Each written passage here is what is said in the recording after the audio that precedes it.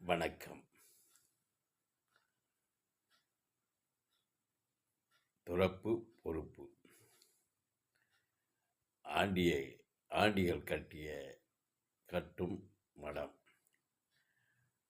ஆண்டிகள் கட்டிய மடம். இந்த ஆண்டிகள் ஒரு மடத்தில் தங்குவது உண்டு. எல்லா பக்கமும் சுற்றி தெரிந்துட்டு நைட்டில் அந்த மடத்தில் தங்குவார்களாம். அந்த மடம் பழுதடைந்திருந்திருக்கு. ஒரு 7-8 ஆண்டிகள் தங்கியிருக்காங்க. அதை ஒவ்வொருத்தரும் மாற்றி இதை செம்ம பண்ணிடுவோம், அதை இப்படி ரொம்ப இதாக இருக்குது, செம்ம பண்ணிடுவோம் அப்படின்னு நைட்டு திட்டமிடுவாங்களாம், பேசுவாங்களாம்.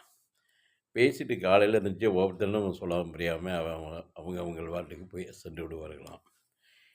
இப்படியே வாடிக்கையாக இதைத்தான் பேசி கொண்டே இருந்திருக்கார்கள். ஆனால் கெட்டுவதில்லை. ஏன்னா ஆண்டிகள்கிட்ட பிடிப்பு இருக்காது, ஒரு முயற்சி இருக்காது, திட்டமிடுதல் இருக்காது. அவங்க வாய்க்கு வந்ததை பேசிட்டு, ஏன்னா சித்தன் போக்கு சிவன் போக்கு மாதிரி அவங்களுடைய பிடிப்பே இருக்காது. ஆனால் ஆந்தராகிய மனிதர் மற்ற குடும்ப சார்ந்தவர்களுக்கு பிடிப்பும் வேண்டும், முயற்சியும் வேண்டும், செயலும் வேண்டும். ஏன்னா ஒவ்வொருத்தரும் ஒவ்வொருவரை சார்ந்து இருக்கிறார்கள். மனைவி, கணவன், மனைவி, மகன்கள், பிள்ளைகள், பேரன், பேத்திகள் என்று ஒவ்வொருத்தரும் ஒவ்வொரு சார்ந்து இருக்கும்போது நிச்சயமாக அந்த சாரம் நிலைத்து இருக்க வேண்டும். இதில் ஆண்டிகளை விட குடும்ப சார்ந்த நிலையில் இருக்கக்கூடிய மாந்தர்களுடைய நிலைதான் சிறந்தது. ஏன்னா அது வாழ்க்கைக்கு உரிய நிலையை வாழ்ந்து கொண்டு இருக்கிறார்கள். அதுதான் வாழ்க்கை. ஆண்டிகளுடைய நிலை, இப்போ உள்ள ஆண்டிகள் வேறு, சொகுசு பங்களா கட்டி விடுவார்கள்.